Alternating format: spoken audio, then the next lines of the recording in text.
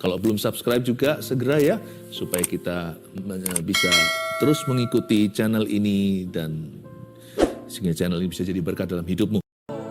Kami pakai kunci yang ada di tangan kami, kunci kerajaan itu, untuk memuji, untuk menyembah, untuk percaya, bukan ragu, untuk bersyukur dalam segala sesuatu. Lord, I love you more and more each day. Aku mengasihimu lebih dan lebih lagi tiap hari. Hamba-Mu mau mengajak seluruh keluarga saat teduh untuk semakin mengasihimu, semakin percaya padamu. Beri mereka makan lewat mulut hamba, beri mereka roti sorgawi. Sembunyikan hamba-Mu di balik salib-Mu Tuhan, beri kelancaran berbicara. Dalam nama Yesus. Haleluya. Amin. Praise the Lord. Sekali lagi yang saya katakan di awal-awal tadi, saya melihat putra-putri kerajaan sorga yang pegang kunci. Yang pegang kunci kerajaan sorga bukan hanya Petrus, but you and me, Anda dan saya. Pakai kunci itu untuk memuji, untuk percaya, bukan untuk ragu. Pakai untuk bersyukur, bukan untuk mengeluh. Arti kunci kerajaan sorga di tangan kita, judul khotbah saya di saat teduh bersama yang dinanti-nanti. Hari ini kita akan baca hanya satu ayat saja. Tapi saya akan jabarkan habis-habisan. Matius 16 ayat 19. Ini pengakuan Petrus, tentunya cerita Alkitab yang terkenal. Ketika Petrus mengaku dia adalah Mesias, lalu Yesus berkata begini kepadanya ayat 19. Kepadamu akan kuberikan kunci kerajaan sorga. Apa yang kau ikat di dunia ini akan terikat di sorga. Dan apa yang kau lepaskan di dunia ini akan terlepas di sorga. Kita baca bersama ya. Sekalipun saya nggak bisa dengarkan Anda bisa dengarkan Anda sendiri. Penting itu, iman timbul dari pendengaran. Masuk kuping, masuk telinga, turun ke hati jadi iman. Dan iman itu yang mendatangkan mujizat. 2, 3. Kepadamu akan kuberikan kunci kerajaan sorga. Apa yang kau ikat di dunia ini akan terikat di sorga. Dan apa yang kau lepaskan di dunia ini akan terlepas di sorga. Kok lucu ya? Setahu saya Tuhan yang pegang setir dari sorga. Kali ini kok ditentukan oleh bumi. Karena tidak ada kalimatnya berbicara. Apa yang terikat di sorga, bumi pun akan mengikatnya. Kebalik. Dalam hal ini sekarang, bumi lakonnya. Apa yang kau ikat, bicara tentang Anda dan saya.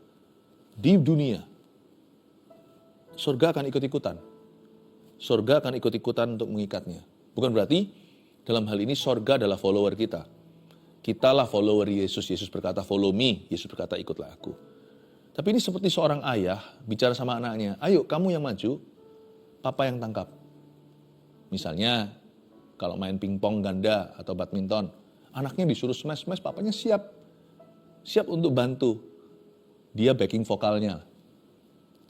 Bukan berarti papanya kalah hawa, tapi papanya mengalah. Papanya merasa anaknya sudah dewasa, tahu bagaimana memainkan peran. It's your time nak, ini waktumu. Papa akan jadi asistenmu, padahal papa lah sumbernya. Sorga itu menunggu-nunggu saatnya ketika kita exercise authority atau mempraktekkan otoritas. Dan otoritas itu adalah iman kita. Karena itu jangan pernah pasif, jangan pernah manja. Kita tidak di dalam bisnis atau gaya hidup mengasihani diri sendiri. Apapun yang menimpa, apapun yang Anda hadapi, use the key, pakailah kunci. Jangan merengek-rengek, kita bukan pengemis kerajaan sorga. Kita adalah putra-putri kerajaan Allah. Gunakan kunci itu. Pakai. Jangan nangis di depan pintu, padahal kunci di tanganmu. Kan tinggal dimasukkan, kelak ke kiri atau ke kanan, dicobalah kalau memang belum biasa. Pertama kali pasti ada awkward atau kaku. Tapi trial error itu biasa, asal Anda mau try, mau mencoba. Daripada orang yang takut error, tidak pernah mencoba apa-apa. Pakai itu kunci, klek, nggak bisa, aduh nggak bisa, jangan menyerah, ayo coba lagi. Klek, terbuka dan pintu itu terbuka secara otomatis. Anda akan terkejut ya, ketika kita pakai iman kita bersandar pada pengharapan, tidak putus asa. Apa yang bisa terjadi di dunia? Apa yang kau ikat di dunia ini akan terikat di sorga. Dan apa yang kau lepaskan di dunia ini akan terlepas di sorga. Ini yang disebut power of attorney kalau dalam perbankan, dalam bahasa Inggrisnya adalah kuasa, pemberian kuasa. Jadi orang itu tanda tangan, orang itu yang antar dokumen, dianggap seperti orang yang punya. Kita diberi Tuhan kuasa untuk melepaskan sesuatu dalam hidup orang lain, dalam hidup kita, dan di dalam dunia di mana Tuhan menempatkan kita. Apa yang kau lepaskan? Sorga pun akan mencairkan. Tuhan kasih kita kartu ATM-nya. Nggak ada tuh kalau kita masukkan asal ke ATM-nya nggak bermasalah. Apalagi kalau di dalam akunnya sudah diisi sama Tuhan. Kita keluarkan misalnya debit, kita ketik passwordnya kita kan gampang. Gak rumit-rumit kok, gak pernah ganti-ganti sepanjang zaman. YESUS dalam nama Yesus, udah itu aja dalam firman. Jangan gunakan nama Yesus dengan sembarangan, jangan pakai nama Yesus untuk melakukan hal-hal yang dilarang firman.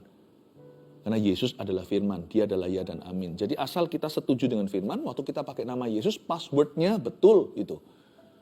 Dan kalau kita pakai firman, akunnya terisi.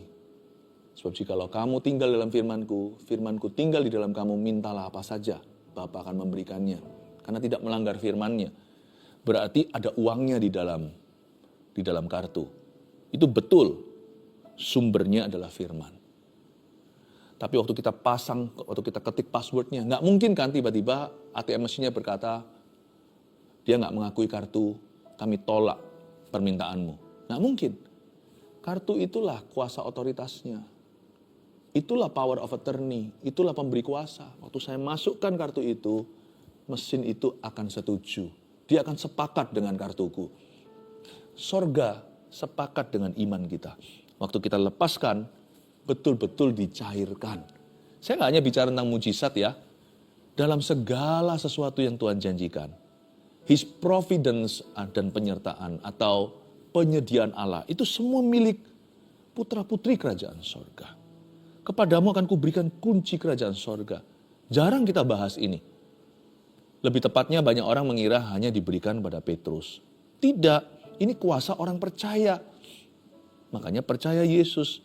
Sekarang saya berikan aplikasinya 3. Masing-masing nanti saya akan jabarkan supaya Anda menangkap betul apa maksudnya kunci di tangan kita. Itu aplikasinya, implikasinya apa? Nomor 1 tulis dulu.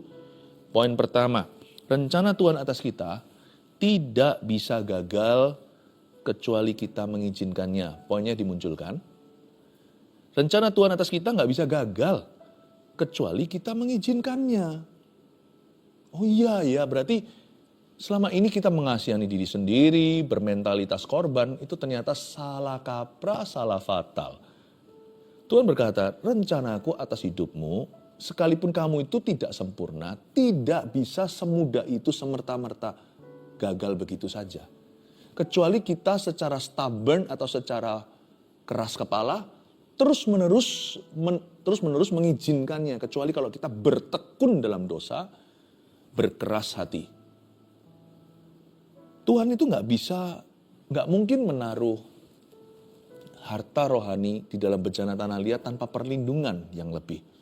Justru kalau Anda lihat dalam ciptaan Allah, makhluk yang dianggap lemah, ya lain cerita singa dan buaya, itu dikasih persenjataan. Oktopus aja dia semprot tinta. Misalnya, sesuatu yang sifatnya lebah. Lebah itu punya sting, atau dia bisa, apa namanya itu sting ya, saya lupa bahasa Indonesianya. Apa itu? Menyengat, betul. Bisa menyengat seseorang. Dan orang bisa mati loh karena sengatannya. Coba lihat ya, Tuhan tuh gak mungkin menaruh rencananya yang ajaib di dalam tubuh manusia yang fana dan hidup kita itu loh yang seringkali jatuh. Tanpa perlindungan khusus. Bayi itu tidak berdaya, malah sama papa mamanya kiri kanan kasih bantal, guling, kasih ranjang yang aman, kasih CCTV. Protection, perlindungan itu datang dari Tuhan. Tuhan tidak suruh kita sempurna baru rencananya terjadi. Tuhan memberi ruang untuk kesalahan, asal kita tidak bertekun dalam dosa, artinya kita memang komitmen di situ. Karena itu saya punya satu pemahaman tentang rencana Tuhan yang tidak mudah gagal di dalam kehidupan orang percaya. Yaitu kalau kita tidak menyerah, Tuhan tidak akan menyerah atas kita. Lagi ini kan Pastor Philip berarti kan tergantung kita. Saya tambahkan, sekalipun kadang-kadang kita menyerah, kadang-kadang kita salah, kadang-kadang kita berdosa, Tuhan toh tidak pernah menyerah atas kita bahwa ada ayat berbunyi begini, kalau kita setia kita akan memerintah dengan dia, kalau kita nggak setia, Tuhan tetap setia sama kita. Lain cerita orang yang dikejar sama Roh Kudus sampai ranjang kematiannya tetap menolak Tuhan, mati masuk neraka, siapa yang disalahkan? Tapi kalau Anda lihat kembali, putar ulang kehidupan orang tersebut yang binasa, Anda akan lihat Bukan di kilometer berapa, tapi setiap hari Tuhan kejar dia. Tapi dia mengeraskan hati seperti Firaun. Tuhan pakai temannya untuk ajak dia ke gereja. Nyalain YouTube tiba-tiba muncul saat teduh bersama. Lalu nanti bisa aja orang-orang gereja cari di mana dia, coba dijangkau, tapi dia semakin membenci mereka. Anda lihat ya, ada tanda-tanda Tuhan yang tidak pernah menyerah, sekalipun akhirnya orang itu binasa. You know, you serve a God that doesn't give up on you. Dan sekalipun kita salah pun, Tuhan masih punya plan B, plan C dalam kehidupan kita. Bukan berarti kita menguji dan mencobai Tuhan. Oke, gak apa-apa dosa. Toh Tuhan punya rencana selanjutnya. Pasti ada konsekuensinya. Karena perbuatanmu tidak dengan mudah, semudah itu bisa dihapuskan, seolah tidak terjadi apa-apa. Meskipun demikian, dari sisi kita ada konsekuensinya. Dari sisi Allah, dia pantang menyerah. Anda lihat dalam hidup orang yang binasa, tetap ada tanda-tanda Tuhan mengejar dia. Kemanakah aku dapat pergi? Menjauhi rohmu Tuhan itu berlaku untuk setiap pendosa yang berdosa secara sengaja. Kalau kita tahu Tuhan kayak begitu, bukannya hati kita harusnya luluh. Aku bisa salah, aku bisa jatuh. Tapi aku tidak akan pernah bisa terlalu lama-lama komitmen dalam dosa, bertekun lari dari Tuhan. Dan ketika saya kembali pada Tuhan, misalnya dari sebuah kesalahan, ketika saya bangkit dari kejatuhan, Tuhan pasti tangkap saya dengan kasih, dan dia pasti memulihkan saya seperti pejunan memulihkan tanah liat. Jikalau vas yang semula itu hancur lebur, dia akan bentuk vas yang baru menurut pandangan baiknya. Saya melayani Tuhan yang tidak akan mudah membatalkan rencana dan rancangannya atas hidup saya. Harusnya kita itu hidup tenang kan? Kalau tahu begini, kita di depan tahu sudah menang. Bahwa Tuhan tidak akan ngalah kalau soal kita. Dia nggak akan mengalah sama setan. Ayo bergegaslah, pakai kunci itu, tancap gas, use the key. Pakai kunci untuk bertobat. Pakai kunci untuk mendekat.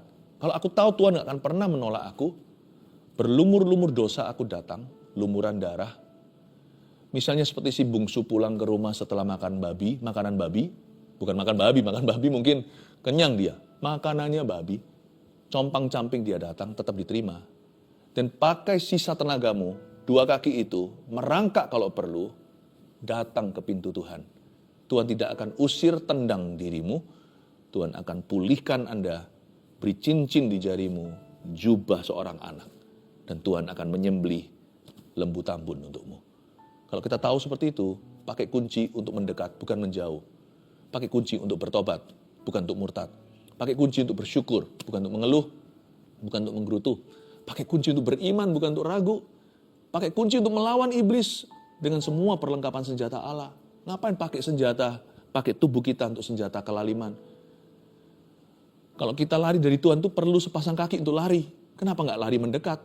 Untuk mengeluh atau menggerutu perlu mulut. Untuk komitmen ke situ, kenapa nggak pakai aja untuk doa dalam nama Yesus? Sekalipun berlinang air mata.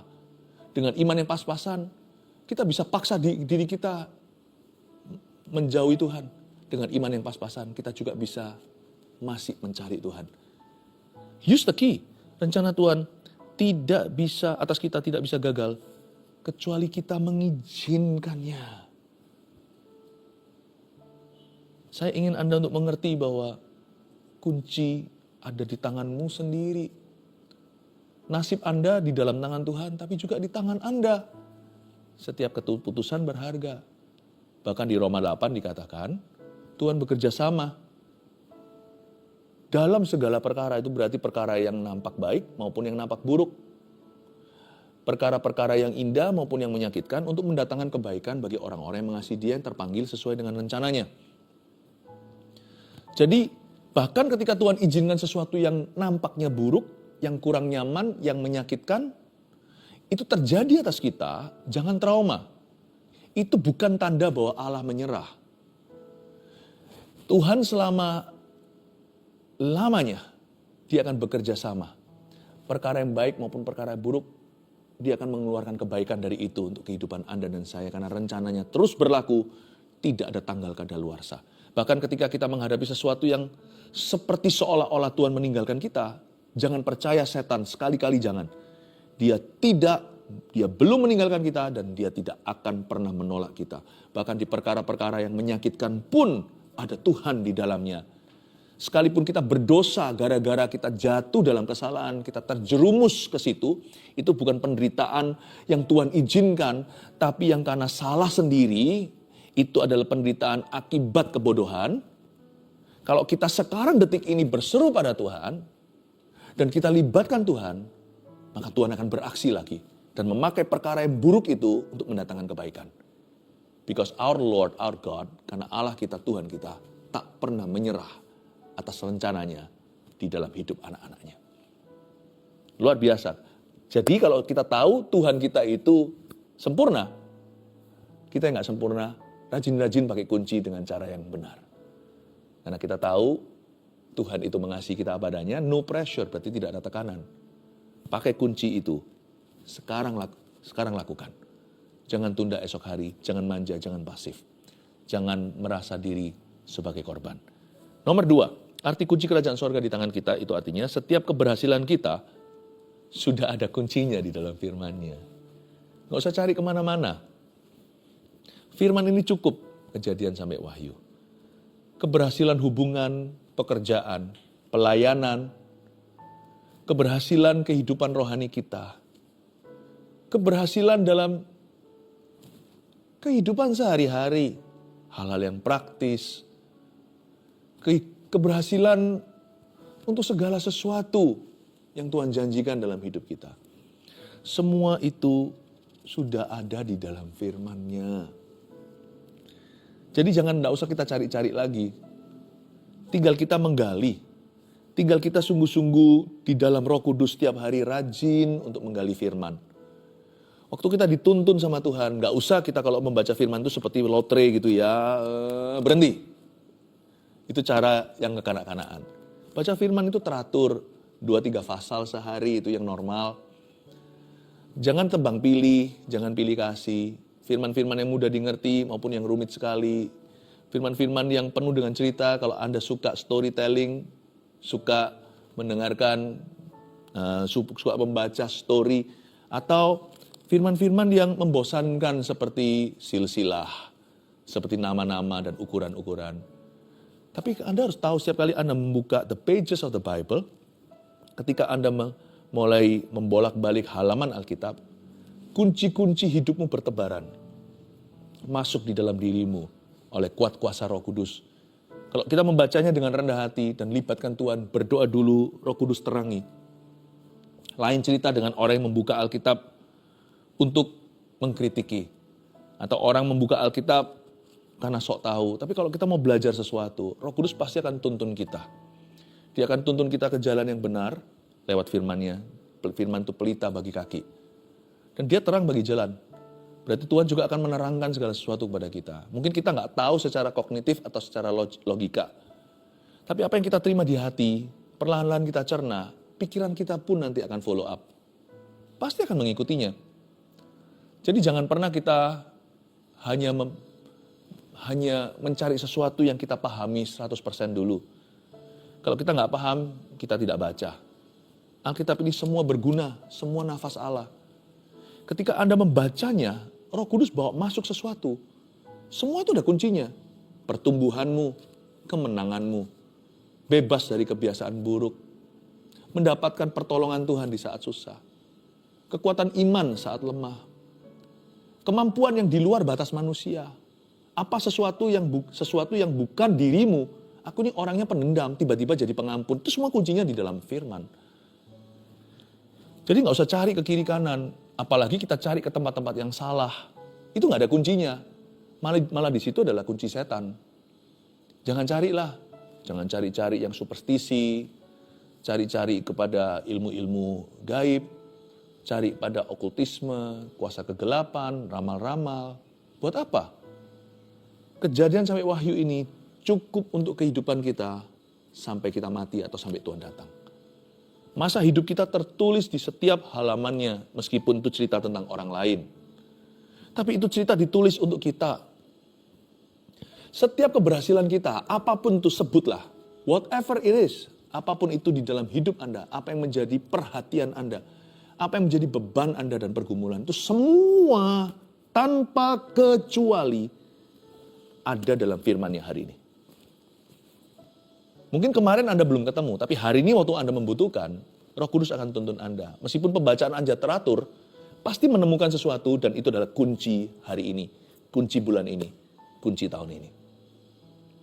Dan terkadang-kadang kita minta janji Tuhan kan, dikasih sama Tuhan perintahnya. Jangan lupa loh, firman Tuhan itu bukan terdiri hanyalah janji. Firman Tuhan juga terdiri dari perintah-perintahnya. Kadang-kadang kita maunya sih langsung mujizatnya, tapi Tuhan memberi kita sebuah commandment, sebuah instruksi. Ingat janda Sarfat itu yang ketemu sama Nabi. Dia berkata, aku akan ambil kayu bakar sesuatu, lalu habis itu makanan terakhir, kemudian aku dan anakku mati. Apa yang Nabi katakan di perjanjian lama? Tuhan minta rotimu itu. Lalu aku makan apa? Ternyata nanti buli-bulinya tidak pernah berhenti mengalir dengan minyak. Kadang-kadang kita maunya sih langsung mujizat, langsung berkat. Kadang-kadang yang kita harapkan langsung adalah paling tidak janji Tuhan. Dikasih sama Tuhan sebuah perintah. Tapi kalau di masa-masa kebutuhan Anda, apalagi pergumulan, Anda membutuhkan menantikan sebuah mujizat tiba dari Tuhan. Lalu yang turun itu adalah perintahnya atau instruksi dari Tuhan, dari firman. Percayalah, berimanlah bahwa itu adalah kuncinya. Jangan pilih kasih. Kalau kita minta kunci, Tuhan kasih kita kunci yang kecil, kunci yang besar, kunci yang sederhana, cuman lurus gitu, cuman ada satu batangnya, atau yang rumit dengan ukir-ukiran. Janganlah gurui Tuhan. Tuhan tahu apa yang kau butuhkan. Pokoknya, jikalau Anda berdoa minta roti, nggak mungkin Tuhan kasih batu. Kalau Anda minta ikan, nggak mungkin dikasih kalajengking, apalagi ular. Ketika Anda berdoa, sebelum buka firman Tuhan, waktu Anda buka halamannya, dan giliran hari ini di pasal berapa, di kitab mana, jangan Anda pilih-pilih. Nggak perlu selektif. Kejadian sampai Wahyu itu sudah melalui seleksi yang luar biasa, kalau Anda tahu cerita bagaimana Alkitab ini dikumpulkan. Waktu Anda baca itu, Anda harapannya, datangnya ekspektasinya, waktu Anda berdoa, aku akan dapat mujizat, berkat, aku akan dapat janji minimal. Tiba-tiba perintah. Aku ini mau sembuh dari kankerku. Yang Tuhan kasih firman adalah bersyukur. Loh gimana sih? Aku minta janji kesembuhan. Tuhan kasih instruksi agar aku syukuran. Aku ini mau keluar dari hutang piutang. Tiba-tiba saya dapat instruksi perintah begini. Ampuni 7 kali 70 kali. Kebetulan giliran saat itu saya baca Injil itu. Gimana sih Tuhan ini? Kok nggak peka dengan kebutuhan? Yang aku perlukan itu mujizat keuangan. Kok di sini Tuhan suruh saya mengampuni orang yang bersalah kepadaku? Dan Tuhan suruh mengampuni orang-orang yang paling menyakiti aku. Kemungkinan adalah keluarganya sendiri. 7 kali 70. Tuhan, aku ini butuh uang. Kok Tuhan suruh aku mengampuni? Ini gimana sih? Jangan pilih-pilih. Kalau Anda minta roti, Anda terima instruksi, itu roti. Kalau Anda minta ikan, minta berkat, mujizat, Anda diberi perintah, berarti itu ikan. Lakukan. Seperti janda Sarfat itu. Minyakmu akan mengalir. Tapi kadang-kadang, Tuhan kasih kita janji pula. Kita menanti-nantikan janjinya, janji-janji Tuhan diberikan, haleluya. Yang itu gampang sih, mudah, sesuai ekspektasi, sesuai aplikasi. Tapi kita harus mengerti sesuatu di sini. Apa artinya kunci kerajaan surga di tangan kita? Ini loh. Ini kunci. Don't you see? This is key. Ini kunci. Sudah di tangan kita. Dibuka dong. Dibuka, dibaca, direnungkan. Ya. Lalu dilakukan, dipraktekkan. Lihat mujizatnya. Dan perintah dan janji dua-dua adalah firman. Dua-dua bukan salah satu adalah firman Allah. Ketiga, doa puasa adalah kunci rohani yang mengaktifkan kuasa urapannya. Di sini adalah aktivitas rohani yang harus kita praktekkan tiap hari, bukan puasanya, doanya dulu. Ya, doa mengaktifkan kuasa urapan. Saya jadi ingat ada orang yang semacam epilepsi yang kejang-kejang, dilempar-lempar setan ke dalam api, lalu habis itu murid-muridnya tidak bisa lepaskan, dibawa ke Tuhan Yesus, Tuhan turun gunung, Tuhan berkata, kamu kurang beriman. Mana imanmu, hai angkatan yang tidak percaya? Lalu Tuhan dengan satu kata, bahkan bukan satu kalimat, bebaskan anak itu. Sepulang dari situ murid-muridnya tanya, kenapa kami tidak bisa usir? Tuhan berkata, jenis ini nggak bisa diusir kecuali doa dan puasa. Maksudnya disuruh puasa di situ murid-murid Tuhan, bukan orang yang epilepsi itu.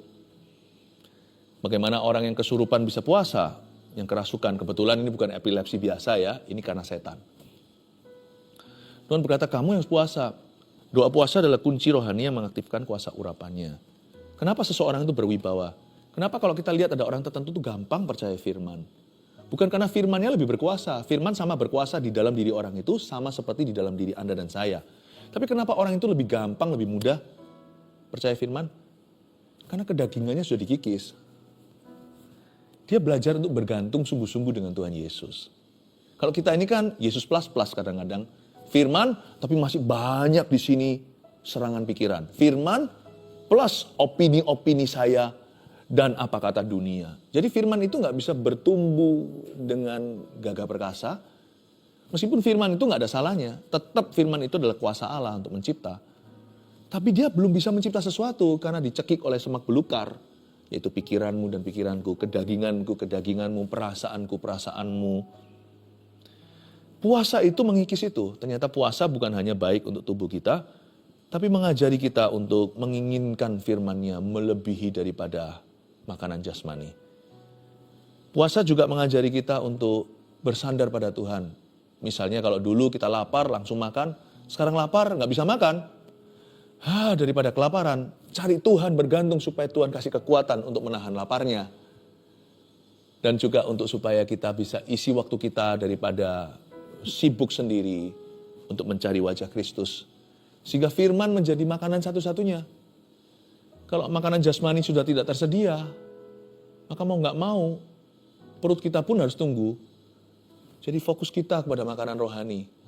Kita bergantung pada firman. Bukan hanya untuk menahan lapar kita, untuk mengisi waktu kita. Kita belajar untuk bersandar kepada Dia dan memikirkan prioritas-prioritas lainnya. Selain perkara-perkara jasmani, ternyata ada prioritas lain yang lebih penting dari itu. Kita bisa fokus pada apa yang tidak kelihatan. Kalau dahulu kita dijajah hanya oleh panca indera. Saya dorong Anda untuk belajar mempraktekkan ini. Puasa itu baik karena dia mengajari kita untuk bergantung. Puasa itu menghapuskan semua gangguan sementara atau distraction itu. Tetap orang perlu makan, tapi untuk sementara waktu kita taruh dulu perlu Tuhan di atas kebutuhan jasmani kita. Doa puasa adalah kunci rohani yang mengaktifkan kuasa urapannya. Ada orang yang dengan mudah percaya Tuhan. Dan setiap perkataan dan tindak tanduknya itu penuh kuasa. Why? Kenapa ya? Padahal Tuhannya sama, firman yang kita dengar juga sama. Orang itu lebih minus himself. Lebih minus, dia semakin berkurang, Tuhannya makin bertambah. Tuhan di dalam diri kita juga sama, tapi kita juga bertambah-tambah. Makanya itu puasa itu mengurangi sesuatu. Sebelum tambah-tambahan itu, pelajari kurang-kurangannya kerajaan sorga. Pakai kunci, yaitu berdoa berpuasa. Tiap hari berdoa. Minta Tuhan yang tuntun jalan. Minta Tuhan punya urapan, bukan bergantung pada hikmatmu sendiri. Lalu sekali-kali puasa, itu baik juga. Cara puasa gimana sih? Puasa itu bisa juga nggak makan. Misalnya makannya dibuat cuma sekali sehari, nanti buka jam berapa. Ada juga orang yang puasa sudah lebih mahir, sudah lebih biasa, bisa nggak makan sama sekali. Minum saya tetap anjurkan. Tapi puasa itu sudah harus ada awal dan akhirnya, sudah ditentukan. Puasa nggak boleh ngeflow, harus berencana. Ada seorang teman, dia biasa makannya itu malam. Pagi, siang nggak makan. Waktu diadakan puasa bersama, makan sekali. Bagi dia itu bukan puasa. Bagi dia itu sudah kehidupan sehari-hari. Ada orang yang begitu loh. Ya, memang sengaja untuk diet ya kan. Tapi diet teratur, dituntun yang menurut nasihat dokter. Yang kayak begini gimana? Mungkin perlu puasa kopi. Wah, itu lebih susah kali. Bagi anak-anak muda yang masih pertumbuhan, jangan puasa gitu, nanti tumbuhnya nggak bagus. Kalau Anda punya anak-anak remaja, apalagi masih kanak-kanak, puasa game mungkin. membuat mereka mungkin bisa gimana, atau puasa gadget sementara atau sosial media. Tapi jangan puasa saat teduh bersama ya. Ini bukan jenis puasa. Kita harus makan yang ini. Karena kita tidak tahu setiap kali saat teduh itu firman apa yang dibagi. Yang pasti itu setiap perintah dan janji adalah kuncimu minggu ini. Ya. Mengaktifkan kuasa urapannya puasa itu. Ada juga yang puasa lain, puasa ini, puasa itu. Tentukan sendirilah. Tapi di dalam berdoa berpuasa ada kuasa binding and loosing, ada kuasa mengikat, melepas. Jangan hanya puasa nggak makan, tapi tambah jam doa. Dan waktu doa, use authority. Pakai kuasa. Karena kita sekarang makin dekat dengan firman-Nya. Pakai nama Yesus, password itu. Dalam nama Yesus. Aku minta ya Tuhan Yesus terjadi kebangunan rohani. Aku minta keselamatan keluargaku. Dan aku minta ya Tuhan Yesus supaya aku bisa hidup kudus. Pikiranku tidak dijajah dengan pikiran yang najis. Pemikiran-pemikiran itu akan pergi Tuhan. Aku bergantung dengan firman Tuhan. Bahkan makan pun aku rela untuk tunda. Aku percaya kebutuhan pokok tidak bisa menjajah. Aku lebih butuh Engkau, lebih perlu Yesus. Beri aku kekuatan. Aku mau jadi manusia rohani dulu sebelum jadi manusia jasmani. Tumbuhkan manusia rohku. Kuatkan itu. Jadikan aku gagah perkasa di dalam. Aku 7 kali lebih besar daripada badanku yang nampak mata. Kalau Anda berdoa seperti itu, you use your authority. Nanti bukan hanya Anda berkemenangan, Anda pun bisa bantu orang lain berkemenangan. Anda bisa layani mereka. Lihat ya, arti kunci kerajaan sorga di tangan kita ada 3. Kita review sekali lagi. Yang pertama, rencana Tuhan atas kita nggak bisa gagal kecuali kita mengizinkannya. Jadi jangan diizinkan. Jangan menyerah. 2, setiap keberhasilan kita bukan akan ada, tapi sudah ada kuncinya somewhere inside this book. Apapun yang kau butuhkan, hadapi, gumulkan, kuncinya ada di sini loh. Nggak tahu, pokoknya ada di salah satu halaman ini. Hari ini, bagi hidupmu. Sudah ada di dalam firman-Nya, baik berupa perintah maupun janji. 3, doa puasa adalah kunci rohani yang mengaktifkan kuasa urapannya. Rajin berdoa. Dalam konteks yang tepat, saya rasa perkataan ini dibenarkan. Banyak doa, banyak kuasa. Kurang doa, kurang kuasa. Tidak berdoa, tidak ada kuasa. Kecuali kedaginganmu, hai manusia. Mari kita berdoa sekali lagi. Dan kita pakai otoritas kita sekarang untuk berdoa di dalam nama Yesus. Haleluya. Angkat tangan kita. Lihat itu. Tangan yang ada kunci kerajaan sorga. Mulai hari ini rajin dipakai ya. Terimalah berkat dari Allah Bapa. Kasih karunia dari Tuhan Yesus. Pengurapan dari Roh Kudus menyertaimu. Dan tanganmu di mana ada kunci kerajaan sorgawi. Bawalah iman dalam nama Yesus. Amin. Praise the Lord. Let's sing. And there I find you in